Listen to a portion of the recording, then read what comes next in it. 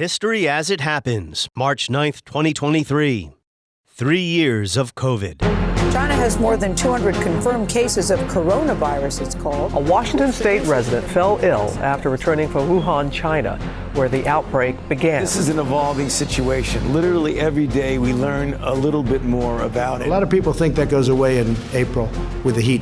When you have 15 people, and the 15 within a couple of days is going to be down to close to zero. It's going to disappear. One day it's like a miracle. It will disappear. Save the medical mask, the N95s for the healthcare workers because the Senator, we are here at a committee to look at a virus now that has killed almost 900,000 people. 1 million COVID deaths.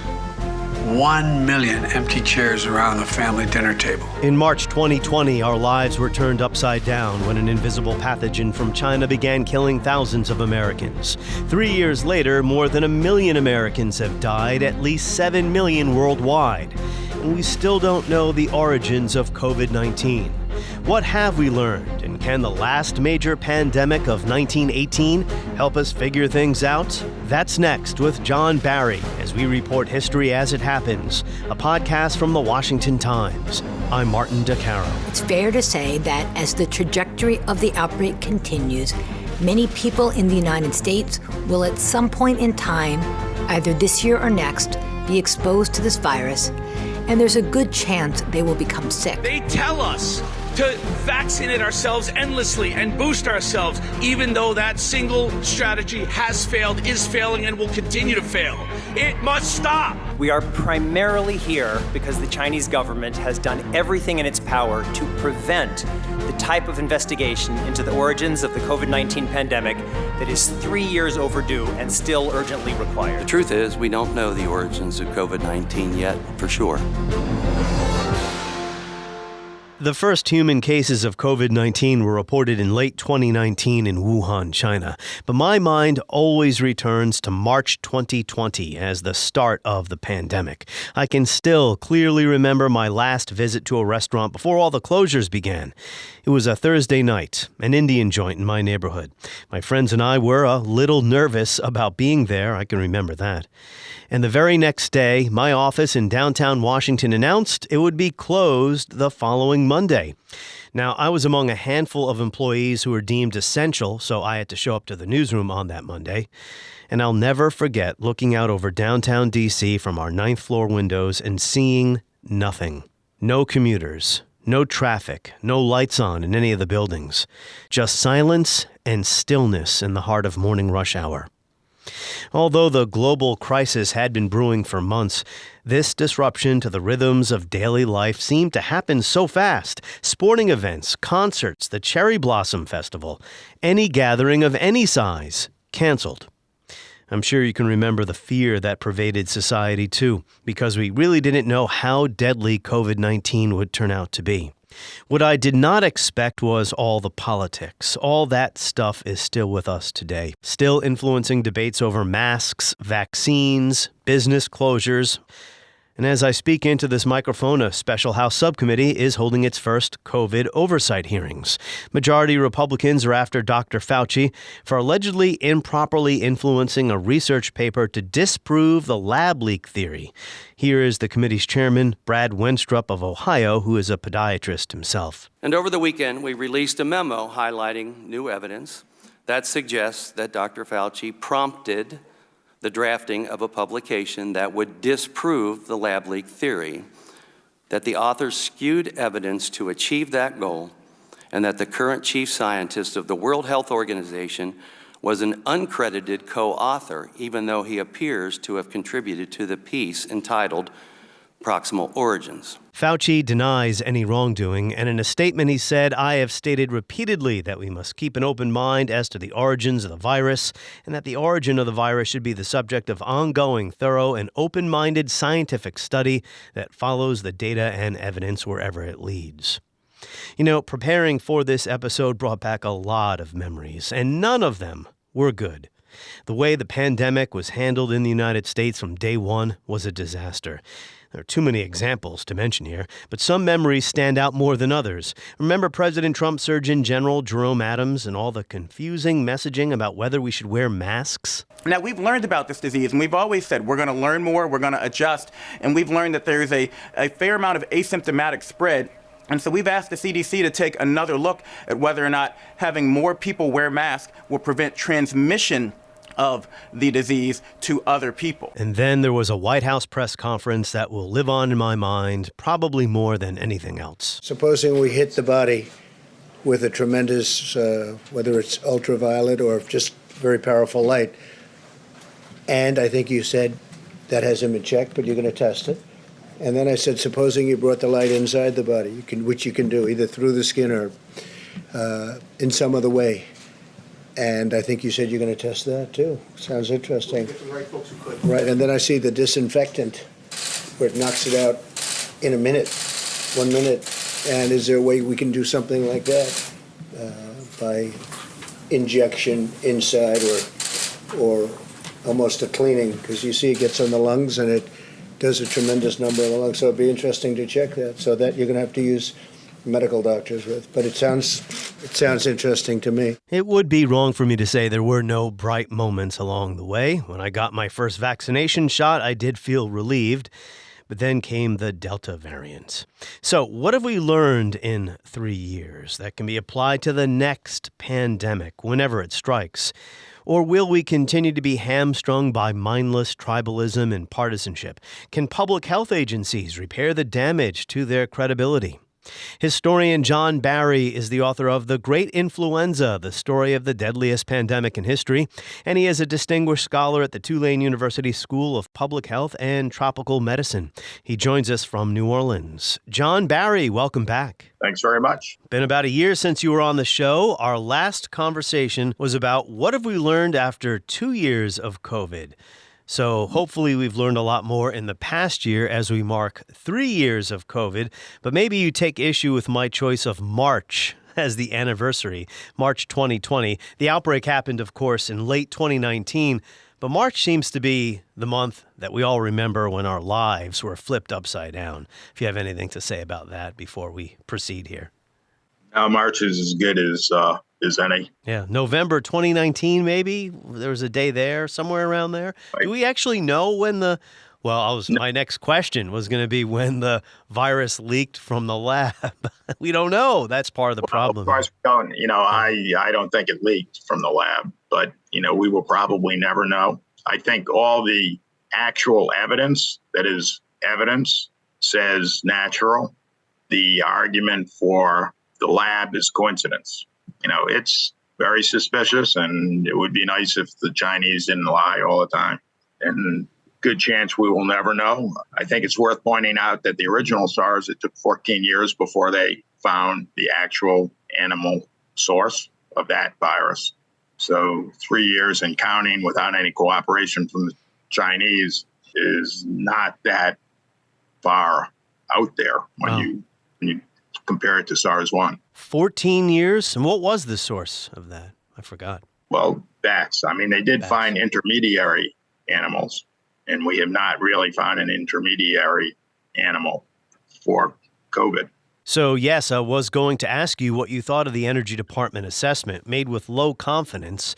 As you know, as soon as that news broke, people who had been pushing the lab leak theory, whether it was accidental or malicious, right, said, well, look, we were right all along. Others said, well, hold on a second. It's a low confidence assessment.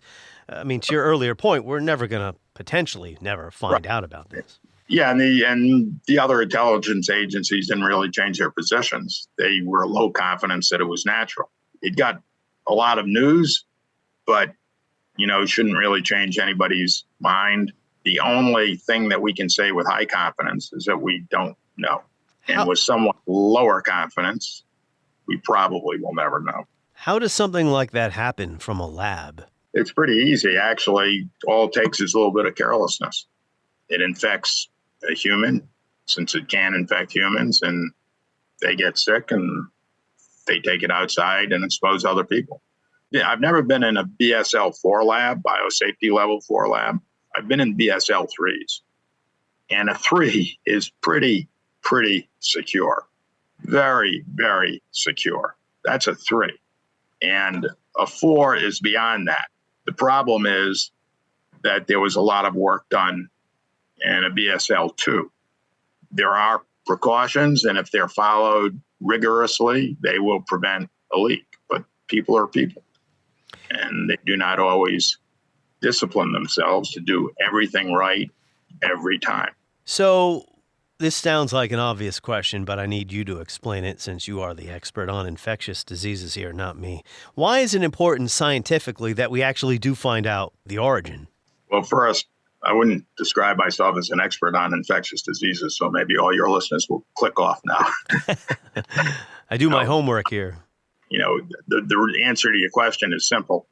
It doesn't make the slightest difference in the world in terms of where we go scientifically in the future, in terms of diplomatically, in terms of whether China has liability or is held to any kind of standard or financial or anything like that. Yeah, it matters. But in terms of the future, scientifically, it doesn't make any difference whatsoever.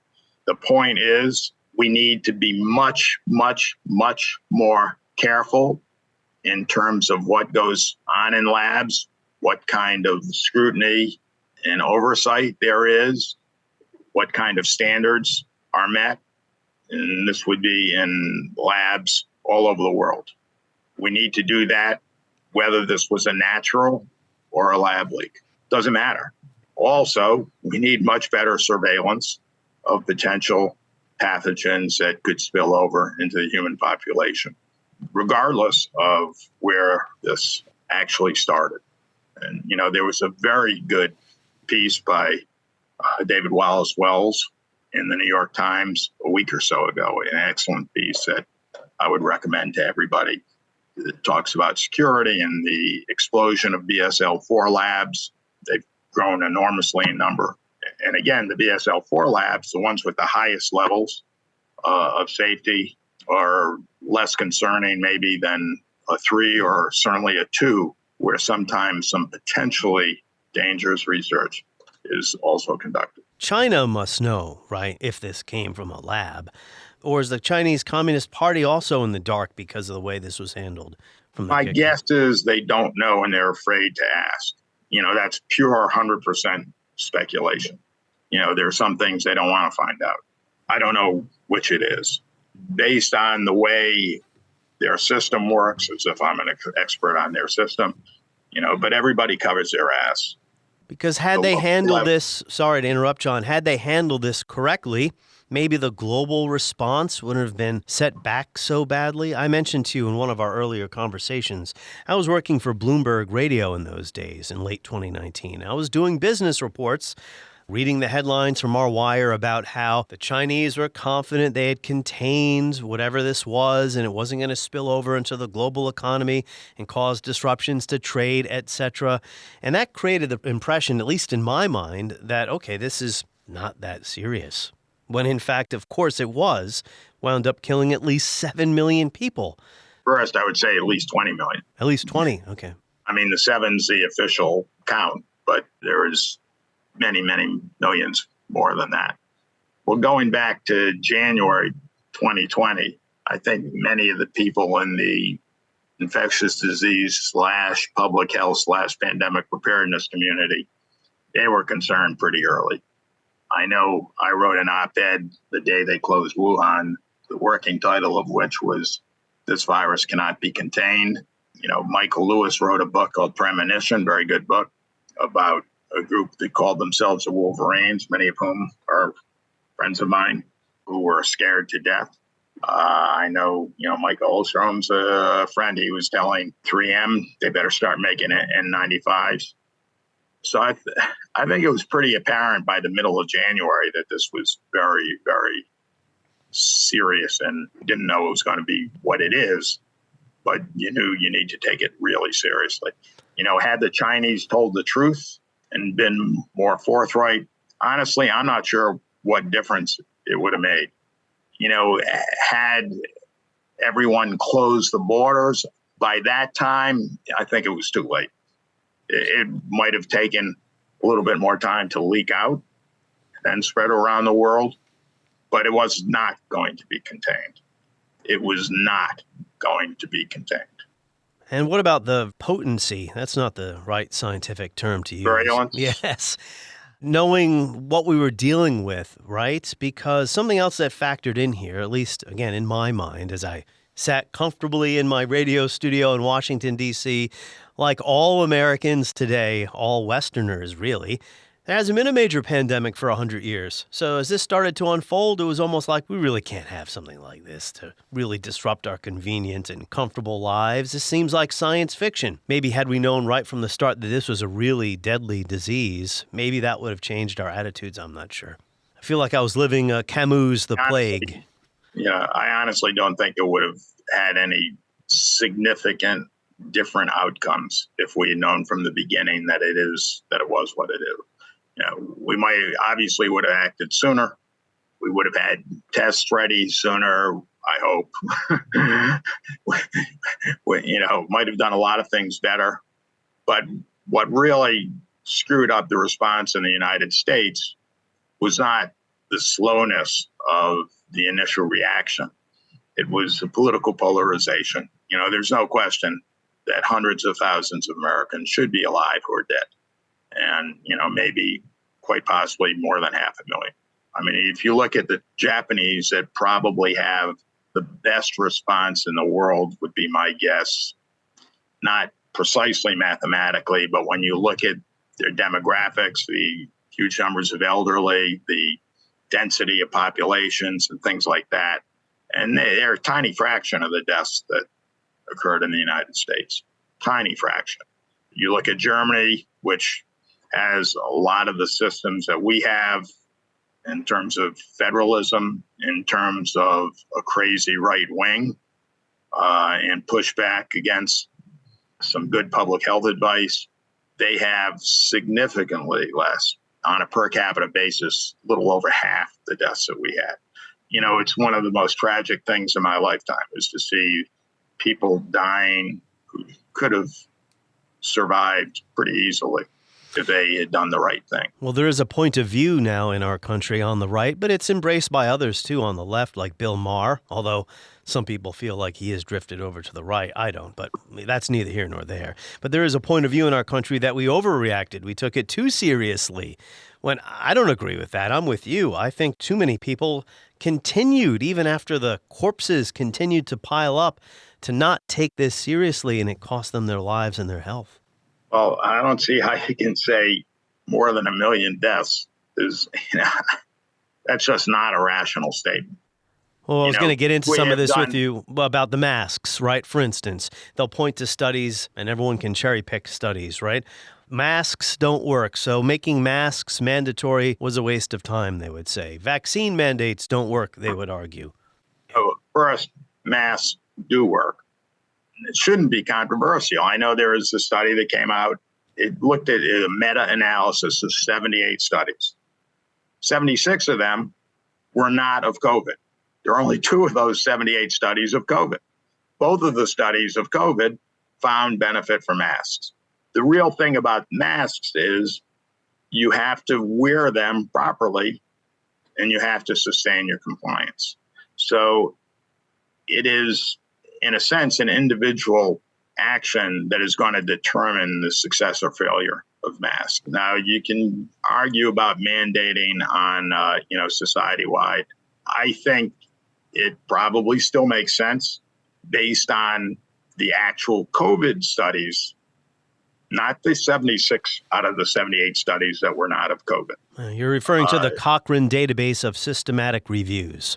Right. That was the study that made headlines, and people read the headline and say, see, I told you. Well, I mean, there are a lot of reasons why the earlier studies, most of which were of influenza, almost all of them were of influenza. Influenza is not scary. So your motivation to actually wear the mask properly is a lot less for influenza than it is for COVID when number one, even if you're not likely to die, let's say you're 31 years old and in good health and not overweight, The likelihood is very, very slim. But, long COVID remains a risk, and you could still infect and kill your grandparent or your parent. So your motivation to wear it right is a lot greater than it is for influenza. So I think that's one of the major flaws of that meta-analysis. You told me in one of our early conversations that we've known since the 1918 flu pandemic that wearing masks helps. Actually, before that, there was a measles epidemic in Army camps in 1917. Very, very good scientists, certainly as smart as any we have today, started a study of putting masks on people who were sick to protect the people who were around them. And the results were so dramatic, they cut the study short and ordered that procedure to be employed in every Army camp in the United States. There were roughly 2 million people in those camps. So they knew that in 1917. They also ran pretty good experiments on how far cough would travel and so forth and so on, how far a pathogen might spread from normal breathing or sneezing, coughing, and things. I mean, they knew what they were doing back then. By the same token, studies of general populations where masks were mandated in 1918 did conclude it wasn't worth the trouble for a mask mandate. However, those masks were dramatically inferior to the quality of masks we have today. If you wear an N95 or a KN95 in certain situations, you are going to definitely affect the spread. If you're really disciplined, you can protect yourself 100%. The reality is, though, that this virus is so transmissible. It is much, much more transmissible than any influenza virus we've ever seen, particularly these later variants, that unless you really seclude yourself, you're going to get infected eventually. So I can. What is the purpose of the mask? Remember, reinfection is dangerous as well as infection. Long COVID is a chance you run into after any infection. The more times you're infected, the more opportunity you have to get long COVID, protecting others and all that stuff. The original aim of closing things down was to flatten the curve and to ease the stress on the healthcare system. Were some places closed down too long? Did we do everything right? I never actually supported school closings. I think I was probably in the minority early on among my colleagues on that, although I never publicly stated my position. I was probably wrong not to have done that. Obviously we didn't do everything right. But really the problem was communication, misinformation, politicization. Well, especially on the mask issue. Right from the start, there was contradictory information coming from the governments, and then it became politicized. And I interjected before. I apologize for that, but I was about to say, I can tell you from personal experience that you will eventually get COVID if you're not too careful, because as I mentioned to you when we were preparing to connect here, I did have a mild case recently. I traveled to the Caribbean. I can't tell you where I caught it. Maybe on the airplane, maybe at the resort. But I wasn't wearing a mask. I was outside. I didn't really have sustained contact with people I didn't know, with the exception of the casino a couple of times. Well, anyway, long story short, not to bore people with my personal health history here, but on the way back, I started to feel sluggish, tired, and I saw, maybe it was just too much vacationing, too much sun, etc. And then the Sunday after I returned, so I came back late on a Saturday, following Sunday morning, I took a test because I was about to return to work, and voila, I was positive. I had a very mild case, but I wanted to get Paxlovid, and my doctor said, no, I don't need it. Yeah, we did talk about that, or at least by email. Paxlovid is a good drug, and it does cut the risk of not only severe illness and death, but also long COVID. There's an age at which maybe it's not necessary, but it's certainly under-prescribed because the side effects of it are essentially zero. You get a metallic taste in your mouth, maybe if you take it. That's about it in terms of a side effect. But I have a friend here who's 60 years old and very overweight, and his doctor refused to prescribe it. And this person, the overweight definitely made him at risk. The age, maybe not so much, but you throw in the weight, it was a real problem. The doctor didn't understand it. He talked about, well, you're going to get a rebound. Well, all this does is slow your recovery, really, because you're going to get a rebound. Well, I mean, that's not true. There are rebounds with Paxlovid. And anecdotally, they're enough because Fauci had a rebound. President Biden had a rebound. It seems more prevalent than it is. You also get rebounds from without taking any drugs. COVID can rebound. I don't think there's a statistically significant difference in rebound effect from Paxlovid or just COVID. It just seemed that way initially because of some very prominent people who did have rebound. It is a useful drug. And again, I'm not worried about COVID killing me. I am worried about long COVID. That is not a good thing to have. It could be fairly severe, even with a mild case. Get it, argue with your doctor. In fact, my friend down here, I told him, you need another doctor because that doctor was not well informed. Well, I had a doctor's appointment over Zoom, and again, I don't want to digress for too long about my own case here because I feel fine now.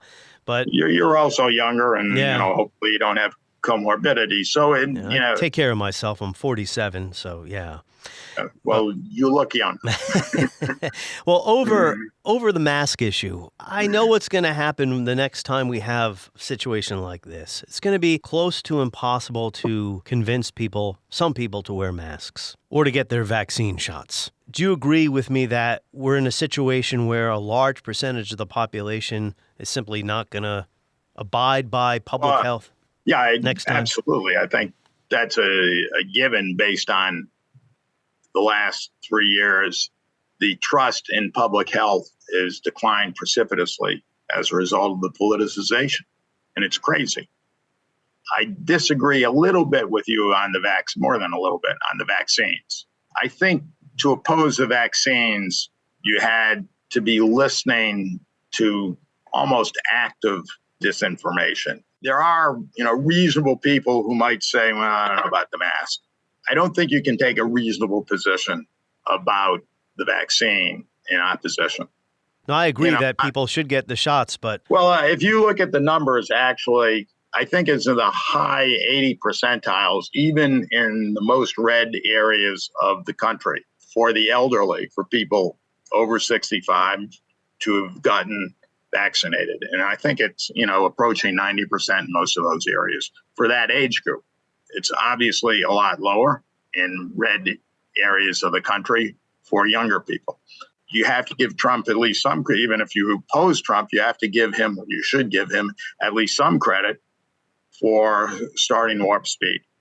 And Trump himself, of course, has talked about it and bragged about it. And when he got booed, I guess it was at an event of his supporters, when he talked about the vaccine, that just shows how crazy things have gotten. Some of that disinformation actually came from, Russia. A guy named Clint Watts, who's studied this thing in cybersecurity and, former military and so forth. I recall listening to a presentation of his in which he made the point just about a year ago, almost exactly, in fact. If you recall the truck protests in Canada, there was a tremendous amount of social media in support of the truck protests. And just as Russia began to gear up for its invasion to Ukraine, that social media dropped to nothing. It was overwhelmingly, Russian bots trying to push that stuff. And, then their attention shifted to Ukraine. It just shows you how much we've been manipulated sometimes by people who wish us no good. And, unfortunately, sometimes it works. Is the pandemic over? Well, we're still having, over 300 deaths a day. That works out to well over 100,000 deaths a year. So I guess not. We're just about double the worst seasonal influenza year that we've ever had. Is that acceptable to the public? So what do you do about it? I eat in restaurants indoors. I did go to a movie theater the other day, but I did wear a mask, an N95. That's about I'm still a little bit nervous. I certainly get all my boosters. Incidentally, one of the things that troubles me about CDC was that it still defines fully vaccinated as 2 doses of the vaccine, when in fact, if you have a booster, you are 2.5 times less likely to end up in the hospital than you are if you only have 2 shots. So I would urge your listeners to at least get 1 booster. Now, I'm up to date. My doctor told me that because I was up to date, that is one reason why I had a mild case of COVID-19. Not to return to my boring medical history here, but I ask you, is the pandemic over? Because we're talking about 3 years of COVID. What have we learned? At this point in the 1918 pandemic, it was over, right? I mean, there was a clear divide between the worst of it and then people stopped dying. The clear divide came in 1921 when deaths returned to pre-pandemic levels. I mean, is it helpful to compare? Because no 2 pandemics are the same. No. I remember the first time I was at a meeting in the National Academy of Sciences, actually their first international meeting on pandemic influenza. Somebody said, if you've seen one influenza season, you've seen one influenza season. They're all different. That was news to me. It's the first time I heard it, but at CDC, it's a mantra. We don't have enough pandemics to evaluate. Plus, it's a different virus. I will note that in 1889, and there is a theory that the 1889 influenza pandemic was actually a coronavirus called OC43, which today causes the common cold, although it can kill you if you have a lot of comorbidities, but primarily the common cold. That kept rolling for a little bit longer than what we've seen. The world population is more than 4 times as large as it was in 1918, and even bigger compared to 1889. This virus is at least twice, and really probably more like 3 times as transmissible as the influenza virus. In 1918, you didn't have anybody alive who had a suppressed immune system. They were already dead, or you didn't have anybody alive with transplanted organs or anything like that. So this virus has at least 10 times the opportunity to mutate in people as the 1918 virus had. So there is a chance, not a 75% chance, I wouldn't put a number on it, but a very real chance, not some 1 in 1,000. But I think there's a very real chance that we could see another variant that causes a lot of problems. I don't know the exact likelihood. I'm not predicting it, but it's not an insignificant possibility. Given what we've said about how people would react to that, it would kill a lot of people. Yeah. I've talked to you about the 1918 pandemic quite a bit in our past conversations. That's what you're best known for, of your many books. And I'm wondering, as you reflect on that event and this one that we're still living through, if anything about human attitudes, human behavior struck you as similar. Most everything, sure. Including the pushback. In the midst of the pandemic in 1918, you did not have much pushback against public health recommendations and in some cases enforcement, because the fear factor in 1918 was much higher. They were really, with the exception of the first few weeks when we didn't really know what was going on here, there was not a lot of fear in the United States or really anywhere in the world. Once we recognized what was happening. 1918 was so different. Young people were dying, not old people. Infants were dying. They were dying with horrific symptoms. So there was much more fear and therefore much more adherence when public health authorities recommended anything be closed and so forth. But people got tired of that too. And by 1920, when there was a 4th wave, which was pretty severe, though not generally as severe as the 2nd wave, which was a killing wave in the fall of 1918, or the spring of 1919 was the 3rd wave, no one did anything in that 4th wave. In Detroit, for example, Detroit had 1/3 more deaths in 1920 than it had in 1918. 1/3 more. And it had it in 27 days. So in 1918, is one of the big differences between 1918 and today is the speed with which the virus moved through a community. So in 1918, it was 42 days. In 1920, it was 27 days in Detroit. And 1/3 greater deaths in 1920. Detroit didn't do anything in 1920. People were just tired. They just didn't want to do it anymore.